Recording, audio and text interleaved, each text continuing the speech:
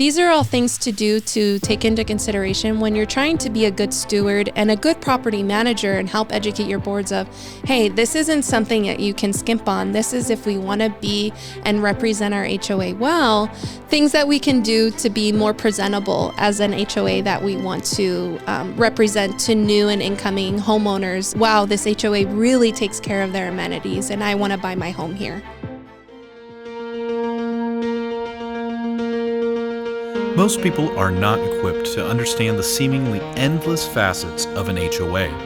That's why we're here, to help you become uncommonly prepared to serve your HOA. Whether you're a board member or a manager, join us in the Uncommon Area. Welcome to the Uncommon Area. I am Matthew Holbrook, and this episode is going to be focusing on HOA janitorial and maintenance needs. And here to talk to us about that is Sarah Morales, Vice President of Operations at Personal Touch Cleaning and Maintenance. So thank you so much for joining us for this episode. Thank you so much for having me. So there's actually a lot to cover on this topic, but I used the word janitorial. I don't think you guys actually use that phrase, do you, or that word? We don't use janitorial. We say cleaning technicians, right. Because truly it is a technical skill, yeah.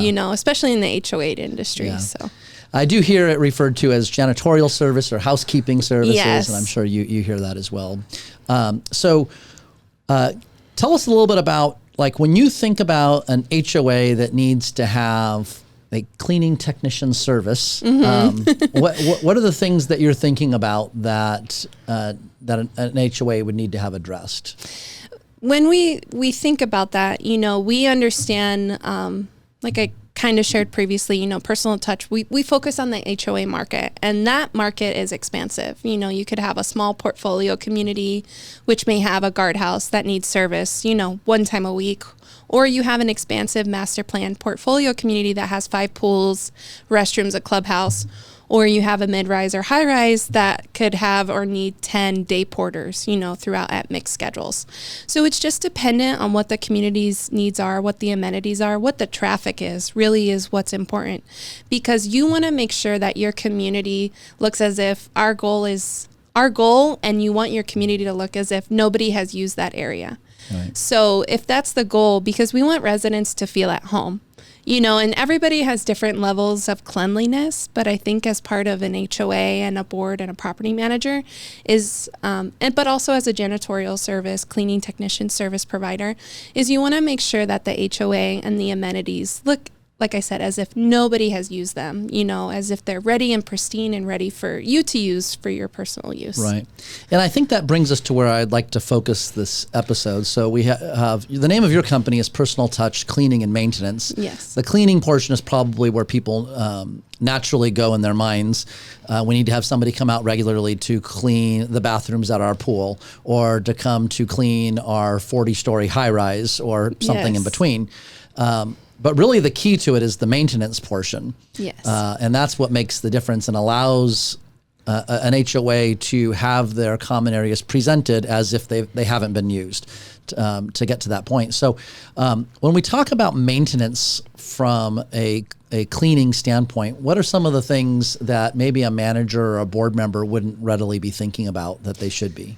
That's definitely a good question and something we encounter. Like I said, we have some contracts that understand that maintenance portion is important. And to explain that, maybe for somebody that isn't aware of what that is, the cleaning is, as you mentioned, the regular dusting, mopping, sweeping, cleaning the vents, the baseboards.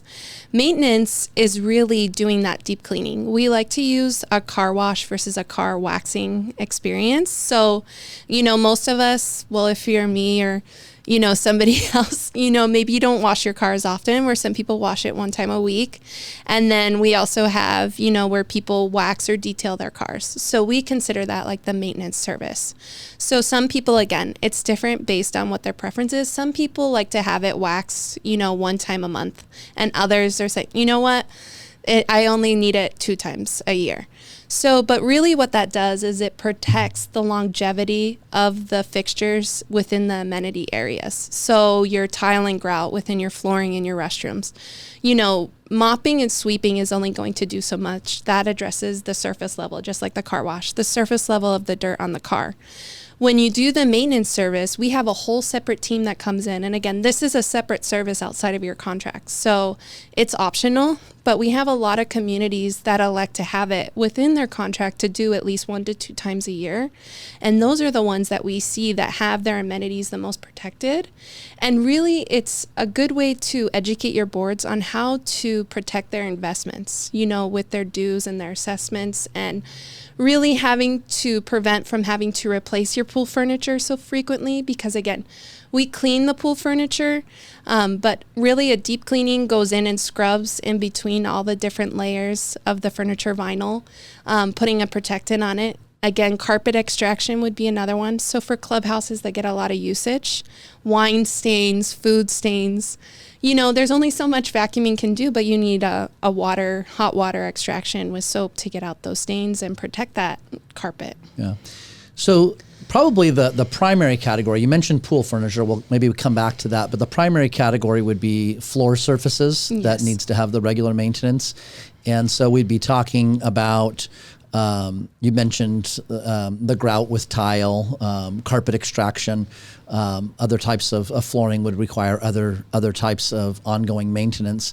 What is probably, as far as how you would see it, kind of a minimum level of frequency for flooring? Would it be different for different types of services, or how should a manager or a board member think about how often should they have that deeper cleaning? That's a really great question, and it is definitely dependent on the type of flooring, but also dependent on how frequent is this area used. If you have a clubhouse, you know, that is used quite frequently, and it has tile and grout, or it has a VCT, which is that, you know, kind of that plastic looking floor that needs a strip and wax, and you see it doesn't have that shine, it has lots of deep scratches or scuff marks, you know, that's something that you want to consider and at least do 1 time a year. You know, if you aren't the, you know, wax your car 1 time a month person, then at least do it 1 time a year, you know, because it needs that detail cleaning to maintain the longevity. And if it's maybe a higher usage area, then you might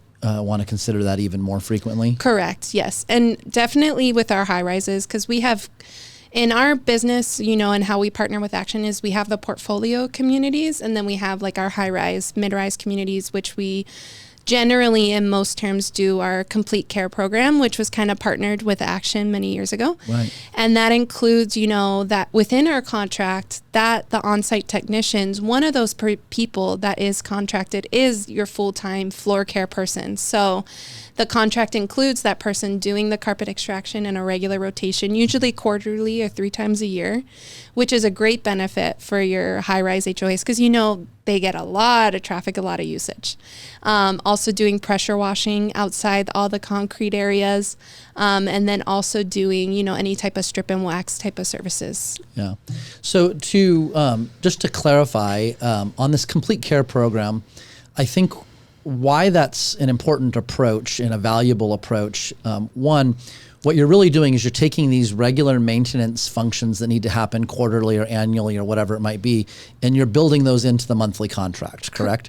So the association's paying that same rate every month, and those routine maintenance needs are being addressed with whatever frequency is defined in the contract, but it's set up from the beginning and then it just happens. That's right? correct. And it's less of a headache for the property managers having to track that and get extra bids for it outside of the contract. Right. And then I think even more importantly on that is it ensures that it happens. So if you have a deep cleaning that needs to be done, let's just say twice a year, and the manager goes out, they get 3 proposals, they present it to the board goes through their process, and then it may delay it for a couple of months. And you have all of these things that happen that you can have those services delayed, or maybe even the frequency of how often it's supposed to happen doesn't happen. All of those things are possibilities when you're looking at each of those as a one-off. In addition, when it can be built into the contract, there's an opportunity for you to to be more competitive in your pricing because it's definitely. not being based on that Definitely. one-off. So so you get the association gets better pricing and has that confidence that those routine maintenance things are just going to happen like clockwork. Exactly. And that's definitely, you know, when we partnered with Action First on this, I think it was with Damon Right. Patrick partnered with him on that, and Patrick's our president. I don't know if I mentioned that.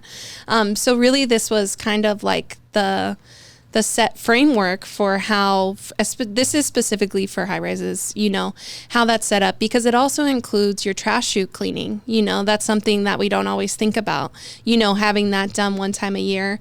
Also your garage cleaning, as we know, the garages get a lot of usage. So these are all things, like you said, like maybe initially as you're looking at the hourly rate for the contract, maybe perhaps it's a lot higher than another company that can bid it a lot lower just for the day porter janitorial cleaning technicians. However, you need to factor in how much will they charge me for this extra service that PTC is already working into the contract to be done regularly. Yeah. So that complete care approach to building the contract really helps to smooth out those differences in costs and ensures that the services happen regularly. Now, we had talked about regular servicing of pool furniture, for example. Is there a frequency that should happen? So this is more geared towards our beloved portfolio managers. So we know they have a lot on their plate, you know, and pool furniture, you know, we highly recommend 2 times a year, before summer and after summer, because we know California summers are very hot. A lot of usage in the pool areas from the kids, residents, guests, pool parties. So we really recommend it at least 2 times a year, if the minimum 1 time a year. Like I mentioned, it really helps protect the lounge furniture and the straps, the vinyl straps, making sure that they're cleaned. If they're the crisscross type, you know, cleaning underneath those, because how often is that done and scrubbed and maintained? And again, these are all things to do to take into consideration when you're trying to be a good steward and a good property manager and help educate your boards of, hey, this isn't something that you can skimp on. This is, if we want to be and represent our HOA well, things that we can do to be more presentable as an HOA that we want to represent to new and incoming homeowners of, wow, this HOA really takes care of their amenities and I want to buy my home here. As opposed to one that doesn't and sees, well, why am I going to pay HOA dues for pool furniture that looks like it's from the 80s, you know? Yeah. So we really want to be cognizant of that.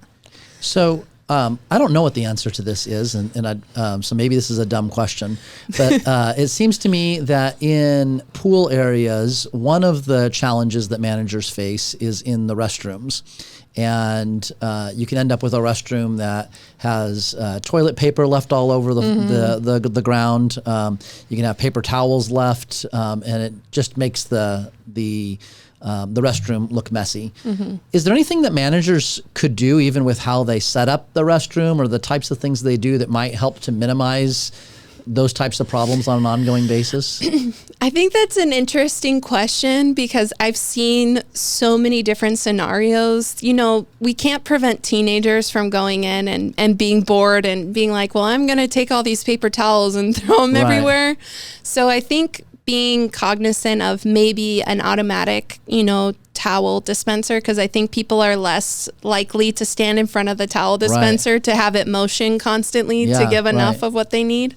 So I think theft, preventative type of dispensers to make sure that that doesn't happen. But also, you know, if you notice that's something that can happen, also making your residents aware, because I think vigilant residents are also very helpful in keeping an eye out and ensuring that that's taken care of for them as well. Is there anything else on the portfolio side for portfolio style managed associations that managers or board members should have in mind with regard to this type of cleaning and maintenance?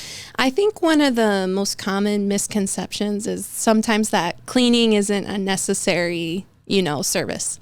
And I think that's a misconception, because as I mentioned, you know, you want to have your HOA looking the best it can, because you want to get new and prospective buyers into your association and keep your community looking the best that it can. So I think that's something that at times, you know, we live in California. Unfortunately, there was a lot of inflation. You know, were so many minimum wage increases that happened over 5 years. So I can speak for PTC specifically, is we do have blue collar workers. You know, we have to meet minimum wage requirements, which unfortunately means that our contracts have to increase. And so we pass that on through annual increases.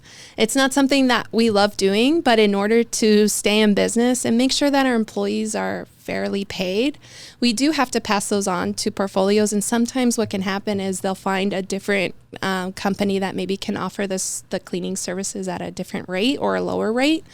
But what also happens is that what we've seen is 6 months down the road, they're not happy with the cleaning services, or they haven't met the expectations of the HOA, perhaps because that company is not HOA experienced. And then they come back to us and say, hey, you know what? You know, I always say this is something my dad would say, but you get what you pay for. Yeah. So you don't want to say that, but truly, you know, you need to take into consideration, you know, all of these factors that happen. Right.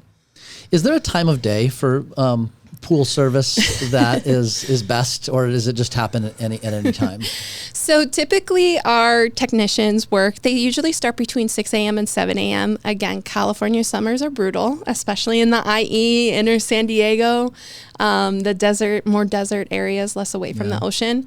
So they start earlier. And again, that's because we've even seen, you know, people swimming laps that early, but the less amount of residents in the pool areas, the more services we can do, because we really want to respect them in their home, because that is their home, you know, and they should have the free reign of the usage of their amenities. But our employees typically start around 6 or 7. They have a certain amount of accounts they service throughout the day within that area. So if they're at one account and they have a certain amount of time to be there, then they'll go to the next account and the next account and the next account. So typically it's about an 8-hour day. So it could be anywhere between 6 and 2:30 or 7 and 3:30. Okay. All right. Is there anything else on the subject of maintenance that we should talk about, that managers and board members should know about? I just think it's important to educate, you know, and really take it into consideration and remember, you know, I know I sound like I'm beating a dead horse here, but, you know, we really want to focus on that. This is something that's necessary to keep up the longevity of the fixtures within your amenities, and to make sure that they're well taken care of, you know, because you always want to leave, you know, I know that board members sometimes can change. Sometimes they're there consistently, property managers too. But I always think, you know, I want to leave my job better than I left it, you know, better than I came into it. Yeah. So remembering that this is a necessary service and really the before and after photos, we have several on our website. You're like, wow, it looks like you put in new carpet in there, or wow, it looks like you put new tile and grout. It's really quite amazing, as opposed to spending thousands of dollars for construction and remodeling, as opposed to spending a quarter of that on just doing a deep cleaning service.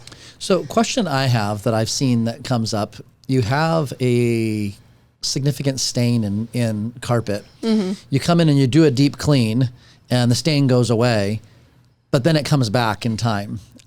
Is there anything that can be done to address those kinds of issues? I think that's a really good question, because definitely when we go in, we don't know if it's, you know, going to come back. Sometimes it's really deep in the fibers. So if it's going to come back, probably at that point you should just replace it, you know, because we can go back and do another cleaning. But if it's really deep down in the padding or something like that, then it's going to be something that is going to come back. So when you have that type of situation, then you're just looking at, okay, maybe we do need to replace the carpet. Yes, exactly. And we try our best as a company to be honest and tell you, like, you know, we've had requests for elevator floors that have that, you know, wood paneling that we saw from the 70s. And they're like, you know, can you do a strip and wax? We're like, you know, really, we recommend that you put those funds into getting new flooring. You know, we want to be honest with you, you know, that really we can do what we can do and give you the best results. But if we can't, then we want to let you know how to use that in a different area. So we've talked about flooring, we've talked about like pool furniture. Are there any other significant HOA assets that need to have a regular cycle of maintenance? I would say power washing definitely. Again, being in California, especially if you're by the ocean, you have a lot of mold and algae, which can be slip and trip and fall hazards, especially if you have elderly residents. So being cognizant of that and getting, that's something that we can schedule for you pretty quickly.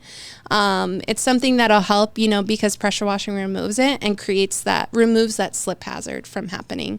Also, we do like entry pavers, for communities that have guardhouse entry pavers with a lot of oil stains.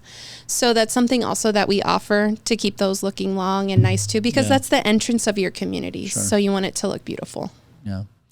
Well, that's great. Well, thank you so much, Sarah. Really appreciate all of your insight and information, and I hope that was a helpful episode for you, and I would encourage you to look for other episodes of The Uncommon Area.